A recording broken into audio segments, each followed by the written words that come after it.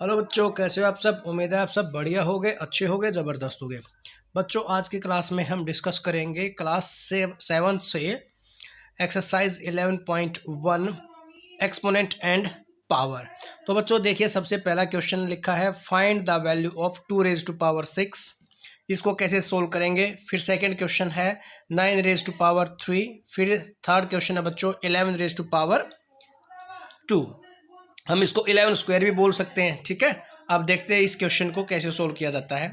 तो बच्चों देखिए, 2 रेज टू पावर 6 ये आपका पहला कंसेप्ट था, पहला क्वेश्चन था। तो इसको हम कैसे सोल्व करेंगे, इसको लिखेंगे 6 टाइम 1 2 3 4 5 इंटू 6। अब यहाँ से क्या करना है, जस्ट इसको कैलकुलेट करें। 2 2 ज़ा 4 2 ज़ा 8 2 ज़ा 16 2 ज़ा 32 32 2 ज़ा 64। बच्चों ये इसका आंसर हो जाएगा 64। देन नेक्स्ट है 9 क्यूब। 9 क्यूब देखिए बच्चों क्या हो जाएगा, लगातार 3 बार मल्टीप्लाई किए इसको। 9 9 ज़ा 81 81 इंटू 9 तो कितना हो जाएगा बच्चों 7 2 9। बच्चों 11 स्क्वायर है, 11 इंटू 11 1 to 1 हो जाएगी multiplication. Then next 5 raise to power 4 5 into 5 into 5 into 5 5 5 ज़ा 25 इंटू 5 1 to 5 इंटू 5 625। ये हमारा बच्चों पहला क्वेश्चन हो चुका है। आप इसको आसानी से देख सकते हैं, सीख सकते हैं। इसमें कुछ भी नहीं है ज़्यादा, जस्ट मल्टीप्लिकेशन है। सेम नंबर को सेम नंबर से मल्टीप्लाई। अगर 6 टाइम बोला है तो 6 टाइम करना है, अगर 3 टाइम बोला है तो 3 टाइम करना है। ठीक है, अब करते हैं बच्चों सेकंड क्वेश्चन। देखिए बच्चों, क्वेश्चन नंबर सेकंड पार्ट 1। यहाँ पे आपको 6 कितने टाइम दिया है। 6 देखिए 1 2 3 4 6 दिया आपको 4 टाइम। जब आपको क्वेश्चन 4 टाइम दिया तो क्या लिखोगे, 6 आपका बेस हो जाएगा और जो 4 है एक्सपोनेंट वो आपका एक्सपोनेंट हो जाएगा। देन नेक्स्ट बच्चों टी इंटू टी। टी कितने टाइम दिया है आपको, 2 टाइम दिया है। तो यहाँ पे क्या करेंगे, हम पावर 2 लिख देंगे, या एक्सपोनेंट बोल सकते हो आप, 2 लिख देंगे। Then next B into B into B. 4 time दिया बच्चों तो बी आपका बेस हो जाएगा और 4 क्या रहेगी आपकी पावर बन जाएगी। क्वेश्चन नंबर 4 बच्चों 5 इंटू 5 5 2 टाइम दिया बच्चों और 7 दिया है 3 टाइम। तो क्या करेंगे 5 स्क्वायर इंटू 7 क्यूब। इंटू बोलना जरूरी हो जाएगा बच्चों, क्यों, क्योंकि यहाँ पे मल्टीप्लिकेशन है। मल्टीप्लिकेशन में आप इसको मल्टीप्लाई का सिंबल दो या मत दो, या डॉट लगाओ या मत लगाओ, आप डायरेक्ट ऐसे भी लिख सकते हो तो भी आपका ठीक है। क्वेश्चन नंबर 5 देखिए बच्चों, यहाँ पे आप क्या लिख सकते हो, 2 स्क्वायर और ए स्क्वायर, ये इकट्ठा है। आप क्या कर दो, दोनों को इकट्ठा फिर कर दो, 2a और होल स्क्वायर आप इसको लिख सकते हो बच्चों। ठीक है। Then next question number 6 a 3 time है बच्चों, तो क्या लिखेंगे हम, a क्यूब। फिर c कितने टाइम बच्चों, 1 2 3 4। c है 4 टाइम, तो क्या लिखेंगे c रेज टू पावर 4। और d कितनी बार है बच्चों, d एक बार है, तो क्या लिखेंगे इंटू टी। आप ऐसे भी लिख सकते हो, नहीं तो आप इसको लिख सकते हो a cube into C raise to the power 4 into D. ऐसे भी लिखोगे तो भी आपका आंसर ठीक है। अब करते हैं बच्चों क्वेश्चन नंबर 3। बच्चों क्वेश्चन नंबर 3 देखिए, आपको इस वाले स्टेटमेंट को क्या लिखना है, एक्सपोनेंशियल फॉर्म में लिखना है। तो बच्चों यहाँ पे ना वैसे 2 टाइप के फॉर्म होती हैं, एक तो होता है बच्चों स्टैंडर्ड फॉर्म, एक होता है एक्सपोनेंशियल फॉर्म। तो पहले इसको सीखते हैं, एक्सपोनेंशियल फॉर्म क्या होती है, फिर स्टैंडर्ड फॉर्म भी आपको बताऊंगा वो क्या होती है। तो सबसे पहले पहला क्वेश्चन करते हैं, 512 को यानी पावर की फॉर्म में लिखना है। ठीक है, तो क्या करेंगे, इसके करेंगे हम फैक्टर। सबसे पहले आपके पास इवन नंबर है लास्ट में तो 2 से जाएगा, 2 2 ज़ा 4, यहाँ से 5 हो जाएगा और 6 हो जाएगा। फिर वापस 2 पे, 2 1 ज़ा 2 2 ज़ा 4 और यहाँ पे 8 पे जाएगा, 16 आता है। अब कंटिन्यूटी बनानी है आपने, 2 पे जाता रहेगा ये।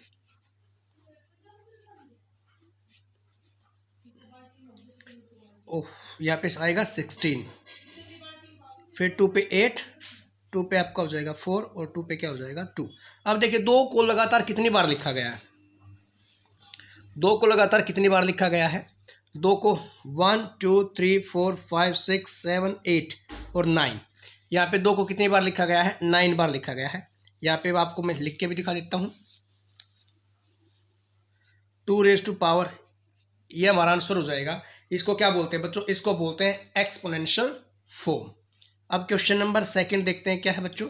यहाँ से देखते हैं क्वेश्चन नंबर सेकंड 343। देखिए लास्ट में क्या है 3 है, और ये देखिए अब चेक करेंगे हम 3 से जाएगा या नहीं जाएगा या किससे जाएगा। देखिए 3 से जाने का क्या रूल होता है बच्चों, 3 से डिविजिबिलिटी टेस्ट का, यानी कि sum of number, sum of digit 3 से डिवाइड होना चाहिए। अब ये देखिए 3 से तो नहीं हो रहा, 3 3 ये 4 बच गया है ना, 3 से 3 कैंसिल, 3 से 3 कैंसिल, अब ये 4 बचता है। तो इसका मतलब किससे ट्राई करें, 2 से जाएगा नहीं, इवन नंबर, 3 से नहीं गया, इसका मतलब ये 6 से भी नहीं जाएगा, 4 और 5, 4 के लास्ट के 2 डिजिट, 5 कौन सा होता है बच्चों, 5 से लास्ट में इवन नंबर होना चाहिए 5, उससे भी नहीं जा रहा, तो क्या करें हम इसको, अब इसको ट्राई करते हैं 7 से। 7 4 जा होता है बच्चों 28। अब जब हमने क्या किया, इसको 28 लिखा, तो यहाँ पे क्या आ जाएगा, 14 में से 8 तो क्या हो जाएगा 6, अब 7 9 जा 63। अब क्या हो जाएगा बच्चों, वापस 7 से 7 7 जा 49। तो यहाँ पे क्या लिखेंगे बच्चों, 7 into 7 into 7, that mean 7 raise to the power 3, that mean 7 cube कितना हो जाएगा बच्चों, यह हो जाएगा 333। क्वेश्चन नंबर थर्ड देखिए बच्चों क्या लिखा है, 7 to 9। अब यहाँ पे बच्चों पहले 3 से डिविजिबिलिटी चेक कर लेते हैं, 3 से होएगा नहीं होएगा, 3 से जा रहा है, देखिए यहाँ से 9 3 3 जा 9 होता है, 7 to 9 3 3 जा 9, इसका मतलब ये भी 9 में है, तो किस पे लेके जाएं 3 पे, 3 2 जा 6, तो यहाँ से 1 बचता है, 1 और 2 होता है बच्चों 12, 6 3 4 जा हो जाएगा ना 12, अब आएगा 3 3 जा, अब वापस किस पे लेके जाएं इसको 3 पे, 3 8 जा 3 1 जा, 3 पे लेके जाएंगे बच्चों 27 पे हो जाएगा, फिर 3 पे लेके जाएंगे तो क्या हो जाएगा बच्चों 9, 3 पे लेके जाएंगे 3। अब यहाँ पे देखिए कितना आएगा आपका आंसर, यहाँ पे 1 2 3 4 5 6, तो क्या हुआ बच्चों 3 रेज टू द पावर लिख सकता हूँ मैं 6, ठीक है। अगर आपको इसको चेंज करना है तो देखिए 9 का 1 पेयर, 9 का 2 पेयर और ये 9 का 3 पेयर, आप क्या लिख सकते हो 9 रेज टू द पावर 3, आप ये भी लिख सकते हो।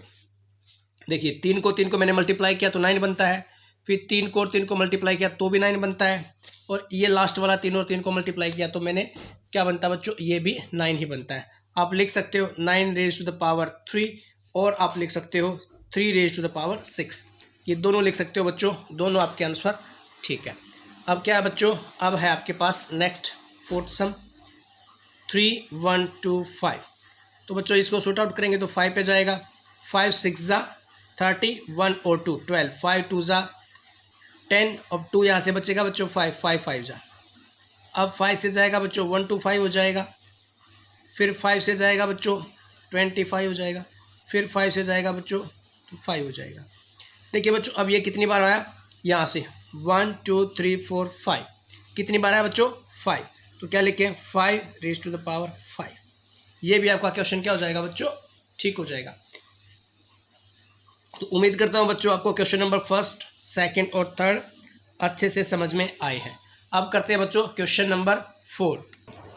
तो बच्चों क्वेश्चन नंबर 4 का फर्स्ट पार्ट देखिए क्या लिखा है, यहाँ ने आपने क्या बताना है 4 रेज टू द पावर 3 और 3 रेज टू द पावर 4 में कौन सा नंबर बड़ा है और कौन सा नंबर छोटा है। तो इसको सोल्व करने के लिए क्या करेंगे बच्चों, 4 को लगातार 3 बार मल्टीप्लाई कर देंगे, यहाँ पे बीच में यहीं और लिख देंगे, और यहाँ पे 3 इंटू 3 इंटू 3 इंटू 3 4 टाइम्स इसको क्या कर देंगे, कंटिन्यूटी दे देंगे इसकी मल्टीप्लिकेशन में। तो सॉरी यहाँ पे 4 लिखना था, 4 4 जा 16, 16 4 जा 64, और यहाँ पे 3 3 जा 9, 3 जा 27, 27 3 जा 81। अब इन दोनों में से कौन सा बड़ा है बच्चों, इन दोनों में से 81 बड़ा है। तो मैंने आपको एक चीज़ बोली थी, जो नंबर आपका बड़ा हो सिंबल उसी साइड क्या कर दीजिए, आप बड़ा कर दीजिए। उम्मीद करता हूँ ये कंसेप्ट आपका क्लियर है। इसी का सेकंड पार्ट देखिए बच्चों, 5 रेज टू द पावर 3 और 3 रेज टू द पावर 5, यही सेकंड क्वेश्चन करते हैं बच्चों। इसी में 5 क्यूब और 3 रेज टू द पावर 5। अब इसको करते हैं बच्चों, देखिए क्या है यहाँ पे 5 इंटू 5 इंटू 5, और यहाँ पे क्या है बच्चों 3 इंटू 3 इंटू 3 इंटू 3 इंटू 3, यानी कि इसको क्या लिखेंगे 5 टाइम्स लिखेंगे, इसको क्या लिखेंगे 3 टाइम्स लिखेंगे, क्योंकि एक्सपोनेंट 3 है तो यहाँ पे 3 बार लिखेंगे, यहाँ पे 5 है तो 5 बार लिखेंगे। तो 1 to 5 हो जाएगा बच्चों। और यहाँ देखिए 3 3 9, 9 3 27, 27 3 81, 81 3 2 4 3। अब इनमें से कौन सा बड़ा है बच्चों? ये बड़ा है। तो यहाँ पे क्या लिखेंगे बच्चों हम? 3 raised to the power 5 greater than 5 raised to the power 3 और 5 क्यूब। अब देखते हैं बच्चों नेक्स्ट, ये आपका था सेकंड। अब देखते हैं बच्चों क्वेश्चन नंबर थर्ड क्या कहता है, फोर्थ का थर्ड पार्ट। फोर्थ का थर्ड देखिए क्या है बच्चों, 2 raised to the power 8 और 8 raised to the power 2। अब यहाँ पे क्या करना है बच्चों, आपने 2 को 8 टाइम लिखना है। 2 इंटू 2 इंटू 2 इंटू 2 इंटू 2, 1 2 3 4 5, ये हो जाएगा 6 टाइम, 7 टाइम, 8 टाइम। तो कितना हो जाएगा बच्चों? इसको कैलकुलेट करते हैं। 2 2 4 2 8, 8 2 16, 2 30, 2 32 64, 64 2 128, 128 इंटू 128 इंटू क्या हो जाएगा बच्चों? 2 तो 256 और 8 8 यानी कि इसको क्या लिखेंगे बच्चों?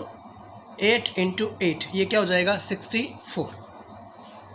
ये हो जाएगा बच्चों 8 इंटू 8। यहाँ पे था ना आपका 8 स्क्वायर था, तो मैंने क्या लिखा? 8 इंटू 8। अब देखिए बच्चों कौन सा नंबर बड़ा है? 256 बड़ा है या आपका 64 बड़ा है? तो हमारे पास ये बड़ा है, तो क्या लिखेंगे बच्चों?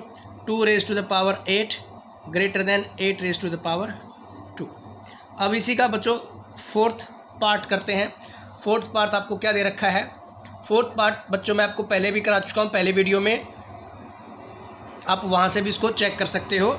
यहाँ दिया था बच्चों 100 raised to the power 2 और 2 raised to the power 100। Obviously बच्चों 2 raised to the power क्या हो जाएगा? 100 बड़ा है। मैंने इसको दूसरी वीडियो में भी, पहली वीडियो में भी क्या कर रखा है? एक्सप्लेन कर रखा है।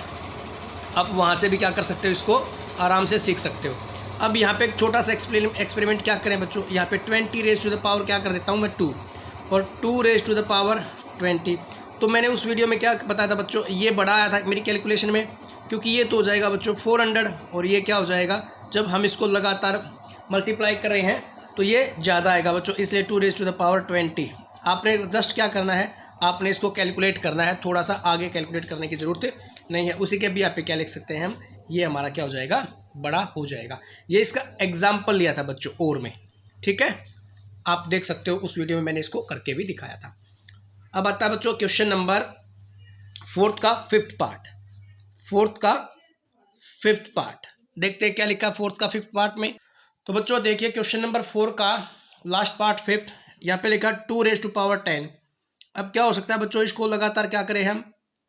10 टाइम्स इसको मल्टीप्लाई करेंगे तो क्या हो जाएगा? 1 2 3 4 5 6 7 8 9 10। और ये क्या हो जाएगा बच्चों? ये तो डायरेक्ट 100 हो गया ना, इसको तो कैलकुलेट कर लिया। अब ऑलमोस्ट आपको पता ही है, यहाँ पे 2 2 4 2 8 2 16 32, उसके बाद 64, 64 के बाद क्या आ जाएगा बच्चों? 1 to 8। अब देखिए यहीं तक हमने इसको कैलकुलेट कर लिया, आगे करने की जरूरत नहीं। तो क्या हो जाएगा हमारा? 2 raised to the power 10 greater हो जाएगा 10 raised to the power 2। तो बच्चों आपने एक कॉमन सी चीज़ यहाँ पे पढ़ी है।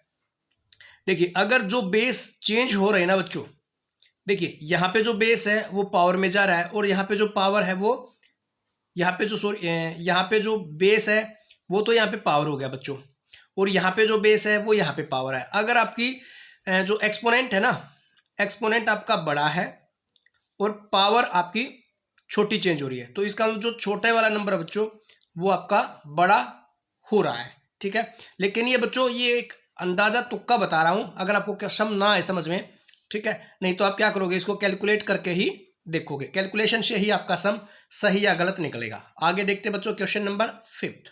तो बच्चों देखते हैं क्वेश्चन नंबर 5 का फर्स्ट पार्ट। यहाँ पे क्या लिखा है? Express each of the following product of power of their prime factor.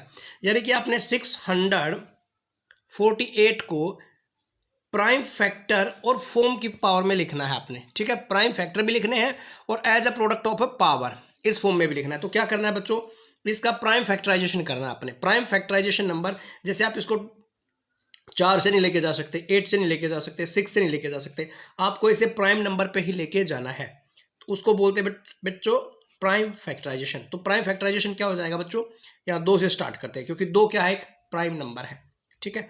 तो 2 3 जा 2 2 जा और ये 4 जा, फिर वापस 2 से यहाँ से 1 6 और क्या हो जाएगा 2, फिर वापस 2 से क्या हो जाएगा बच्चों 8 और 1। अब 3 क्या है बच्चों, 3 भी आपका प्राइम नंबर है, 3 पे वापस लेके जाऊंगा तो 27, फिर 3 पे लेके जाऊंगा तो क्या हो जाएगा बच्चों 9, 3 पे लेके जाऊंगा तो क्या हो जाएगा 3, और फिर लास्ट में 3 पे लेके जाऊंगा तो क्या हो जाएगा 1।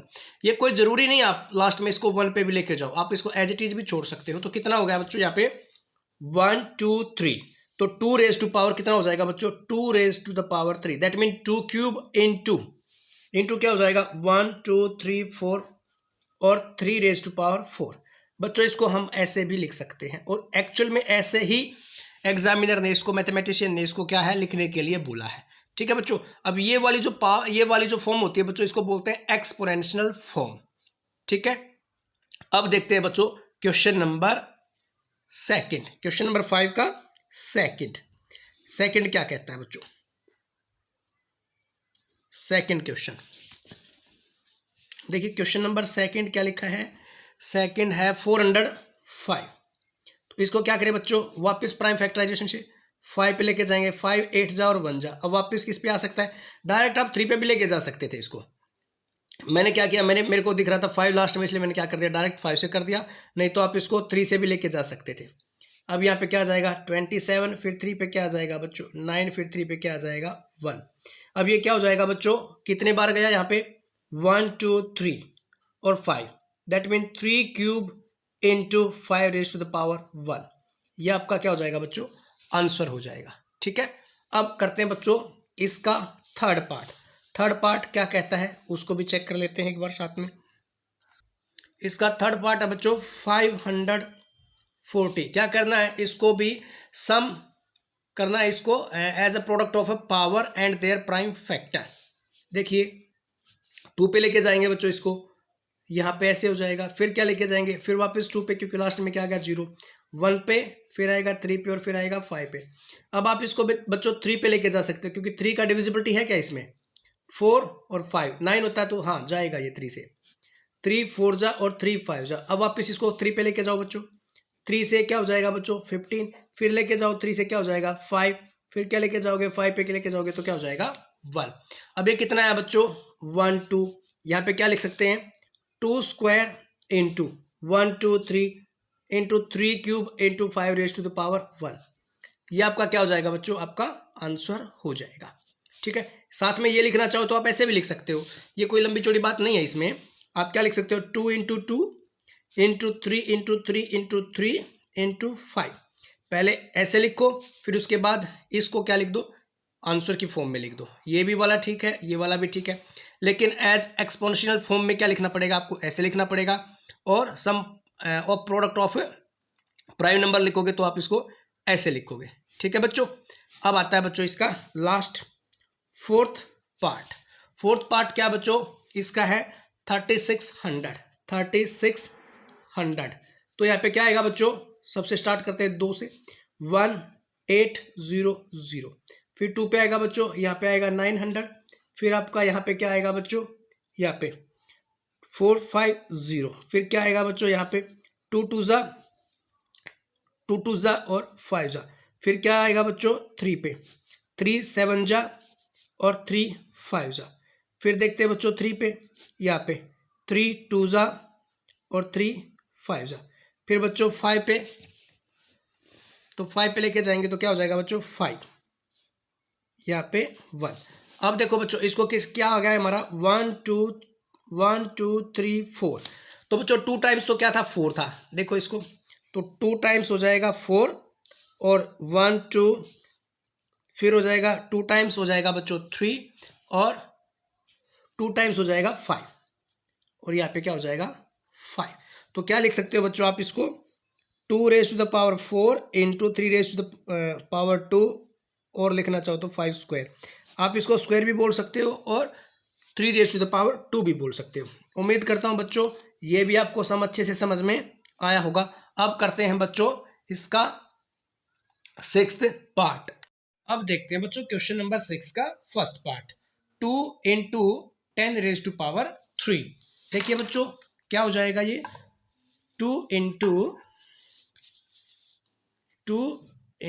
10 रेज टू पावर 3। तो बच्चों यहाँ से देखिए 2 हो जाएगा और ये हो जाएगा 1000, ये कितना हो जाएगा आपका 2000 इसका आंसर। अब आता है बच्चों इसी का सेकंड पार्ट। सेकंड पार्ट में क्या है बच्चों, देखिए इसका सेकंड पार्ट क्या है, 7 रेज टू पावर 2 और 2 रेज टू पावर 2, 7 इंटू 2 और 2 रेज टू पावर 2। आसान सा है बच्चों, आराम से कर सकते हो। 49 को क्या करना है आपने 4 से मल्टीप्लाई करके इसका आंसर लिख देना है। देन नेक्स्ट थर्ड पार्ट क्या है बच्चों, थर्ड पार्ट है 2 रेज टू पावर 3 इंटू 5। अब यहाँ पे क्या बच्चों 2 raise to power 3, that mean 2 का क्यूब कितना हो जाएगा बच्चों 8 और 5 40 हो जाएगा बच्चों। फोर्थ सम क्या है बच्चों इसका 3 into 4 raise to the power 4। अब यहाँ पे क्या हो जाएगा बच्चों 3 into 4 into 4 into 4 into 4। Calculate करना है बच्चों, आराम से इसको आप बता सकते हो। देन नेक्स्ट है बच्चों question number 5, 0 into 10 raise to power 2, ये हो जाएगा 0 बच्चों, आराम से कर सकते हो क्योंकि जब भी आप किसी नंबर को 0 से मल्टीप्लाई करते हो तो उसका रिजल्ट क्या आता है 0 ही आता है। क्वेश्चन नंबर 6 क्या रहेगा बच्चों, 6 है इसका पार्ट 5 स्क्वायर इंटू 3 क्यूब। क्या करेंगे बच्चों इसमें 25 और 3 3 ज़ा 9 3 ज़ा 27, आराम से कर सकते हैं इसको बच्चों, ठीक है, कोई कंफ्यूजन नहीं, दोनों की बस मल्टीप्लिकेशन ही तो लिखनी है और कुछ भी नहीं है इसमें। क्वेश्चन नंबर 7 देखिए बच्चों क्या है, यहाँ पे बच्चों ये आसान से सम है, केवल मल्टीप्लिकेशन करवा रहे हैं आपसे और कुछ भी नहीं। 2 raise to power 3 into 3 square क्या हो जाएगा बच्चों 2 रेज टू पावर कितना हो जाएगा 16 और ये क्या हो जाएगा बच्चों 9, मल्टीप्लाई कर दो, खत्म कहानी इसकी भी। अब आगे क्या आता है बच्चों क्वेश्चन नंबर 8 में देखिए बच्चों क्या लिखा है 3 square into 10 raise to power 4। अब ये कितना हो जाएगा बच्चों 9 हो जाएगा और ये कितना हो जाएगा, आप 0 लगा दो बस इसके पीछे, 1 2 3 और 4, ये आपका आंसर हो जाएगा बच्चों। देखिए एक एक सेकंड में आपके आंसर निकल रहे हैं। तो उम्मीद करता हूं बच्चों आपको क्वेश्चन नंबर 6 में कोई कंफ्यूजन नहीं आई होगी क्योंकि आपको मल्टीप्लिकेशन आता है और मल्टीप्लिकेशन आता है तो आप क्या कर सकते हो, सारे के सारे सम आसानी से कर सकते हो। अब देखिए क्या आता है क्वेश्चन नंबर 7। क्वेश्चन नंबर 7 क्या कहता है बच्चों, इस चीज को भी एक बार हम समझ लेते हैं। यहाँ पे देखिए -4 रेज टू पावर 3। बच्चों मैंने आपको एक कंसेप्ट पहले बताया है पहली वाली वीडियो में, अगर आपका बेस नेगेटिव है और पावर क्या है आपकी ओड है तो आपका रिजल्ट क्या आ जाएगा, नेगेटिव में आपका आंसर आएगा। -4 इंटू -4 इंटू -4, 4 4 जा 16, 4 जा -64 क्या हो जाएगा बच्चों इसका आंसर। तो इसी तरह से सेकंड पार्ट देखिए बच्चों, ये था क्वेश्चन नंबर 7 का फर्स्ट पार्ट। अब ये बच्चों उसका second part -3 into -2 raise to power 3। यहाँ है बच्चों -3 एज इट इज और ये क्या हो जाएगा -8। अब देखिए माइनस और माइनस की जब हम मल्टीप्लिकेशन करते हैं तो क्या आता है बच्चों, आपका रिजल्ट पॉजिटिव आ जाएगा और 3 8 जा 24 होता है, तो आपका answer clear. Then question number 3 क्या है, 7th का थर्ड पार्ट क्या है बच्चों, -3 स्क्वायर इंटू -5 स्क्वायर।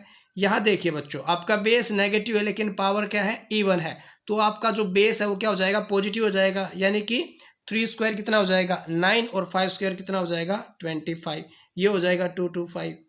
उम्मीद करता हूँ बच्चों ये भी आपको समझ में आया होगा। अब आता है बच्चों क्वेश्चन नंबर 4। यहाँ पे क्या है -2 raise to power 3 into -10 raise to power 3।